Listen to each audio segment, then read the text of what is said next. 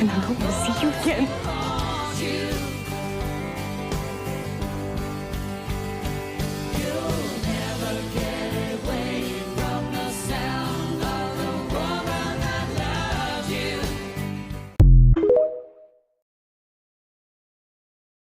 So, Jeremiah, playing nice guy this episode, tells Belly, we can't be, together until you have a conversation with Conrad. Which, okay, fair.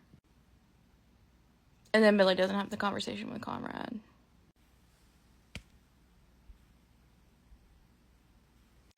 The cycle continues. Though I'm sure she purposely avoided having a two-sided conversation with him because she knows she still loves him deep down, and she didn't want to be tempted because she might have gone with him. Do I think Belly and Conrad need to be together right now? No. I'm Team Conrad. Conrad is the better option, but no, they don't need to be together right now. Belly needs to realize all of Jer's problems. I'm sure hanging out at the frat house will be tons of fun, girl. And she needs to grow the fuck up. And Conrad needs to get to a place where he's comfortable communicating all the time. Okay, I've explained this in so many of my videos, but I'll do it again. First of all, what Conrad did was wrong. Yeah, it was. He should have told the full truth. He should have. But that's for Belly to decide if she wants to be upset or not. And the thing she was upset about was not fighting harder for their relationship. Meanwhile, Jeremiah literally makes Belly feel like shit about her past with Conrad. When, hot take, she didn't do anything wrong when she kissed Conrad. She and Jeremiah were not in a relationship. Not to mention, Jeremiah fully knew how both Conrad and Belly felt about each other when he started something with Belly. He just thought since he got to her first, he had some claim over her now. But no, Belly literally feels like she has to change her entire behavior around Jeremiah to not make him feel bad. His insecurities are his own problem.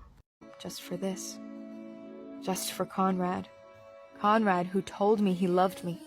At last, he said the words. When Conrad Fisher told a girl he loved her, he meant it. A girl could believe in that. A girl could maybe even bet her whole life on it. That was what I would be doing. I would be betting my whole life on him. And I couldn't do it. I was in my car, driving away, my adrenaline pumping hard. I finally said it. The actual words, out loud, to her face. It was a relief not carrying it around anymore, and it was a rush actually telling her. I was in an elated sort of daze, on a high. She loved me. I didn't need to hear her say it out loud.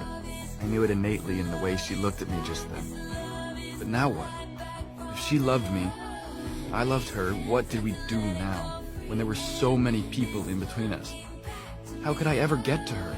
Did I have it? If you love Belly and Conrad and also reading, I'm starting a Bonrad book club on my podcast and I am so excited about it. Basically every month we're gonna read one book that is Belly and Conrad coded. I'm taking requests, so if anything comes to mind, please leave a comment and let me know.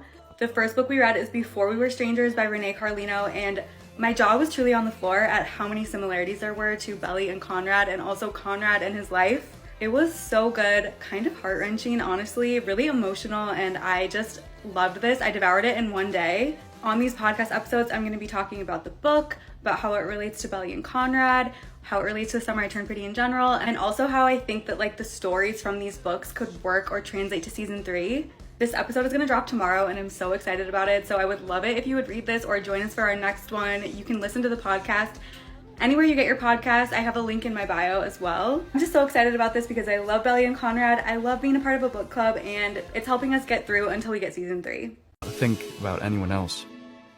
Just grab her hand and run. But if I did that, wouldn't I be proving Belly wrong? I wasn't a good guy. I would be a selfish bastard, just like Taylor said. But I would have Belly next to me. Last night, Conrad told me he still has feelings for me. I could feel Jeremiah's body go rigid beside me. Of course, I told him I didn't feel the same way. I wanted to tell you sooner, but then I thought it would be a mistake, that I should keep it to myself. I'm going to kill him, he said. And hearing those words coming out of his mouth shocked me. He stood up. I tried to pull him back down next to me, but he resisted. pleaded, Jer, no, don't. Please just sit here and talk to me. Why are you protecting him? I'm not.